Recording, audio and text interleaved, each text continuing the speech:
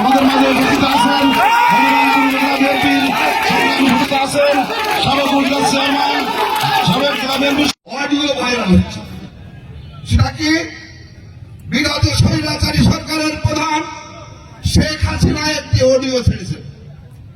তিনি বিচার চেয়েছেন দেশবাসীর কাছে। তিনি বলেছেন বাংলাদেশ ছাত্র লীগকে আজকে অবৈধ ঘোষণা করা হয়েছে, কিন্তু আমার সেই ছাত্র লীগকে আপনারা জয়ের মালা কেন পড়াচ্ছেন? আজকে হাসনাত, সাজিদ, এই দাস সূর্যের ভিপি সাদিক কায়ুম, তারা করেছিল ছাত্র লীগের সাথে ছিল এই শেখ হাসিনার কাপড়ের শেখ হাসিনা আরো বলেছেন এই ছাত্রলীগরা আমার কাছ থেকে সুবিধা গ্রহণ করে তারা বাংলাদেশের জনগণের প্রতি যে অত্যাচার নির্যাতন করেছে তাদেরও বিচার হতে হবে।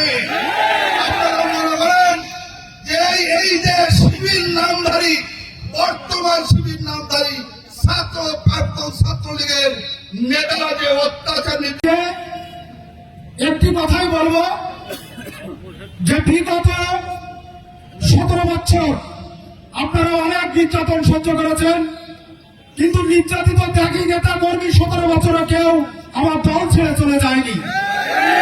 কিন্তু 5ই আগস্টের পর কিছু ভুল বিএনপির কারণে আজকে আমার অনেক নেতা কর্মী ত্যাগী তারা আমাদের থেকে অনেক দূরে সরে গেছে। প্রিয় সাথীরা, আজকে আমার এই দুর্দিনে আমার সেই ত্যাগী এবং ওই সেই কঠিন নেতা কর্মী আমার প্রয়োজন। প্রিয় সাথীরা আমার, আমি শুধু একটি কথা বলতে চাই, আওয়ামী লীগ এবং শেখ হাসিনা নিয়ে আমি কোনো কথা বলবো না।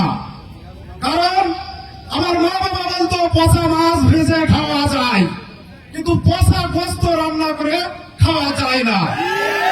আওয়ামী লীগ একটা পচা গোশের দল, আর ওই গোশ আজকে রান্না করে খেতে যাচ্ছে আর একটি রাজনৈতিক দল।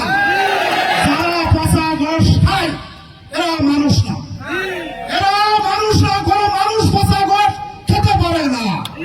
প্রিয় সাথী ভাইরা, আমার মঞ্চে 2 নেতা আছে, 2 নেতা আগামী সংসদ নির্বাচনে মনোনয়ন পাবেন।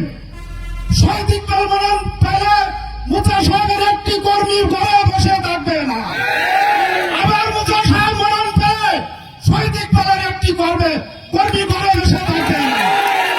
আপনারা আজকে হাত উঁচু করে বলেন, আপনারা কি সবাই একসাথে আছেন? সবাইকে ধন্যবাদ। সবার সুস্বাস্থ্য কামনা করে আমি আমার বক্তব্য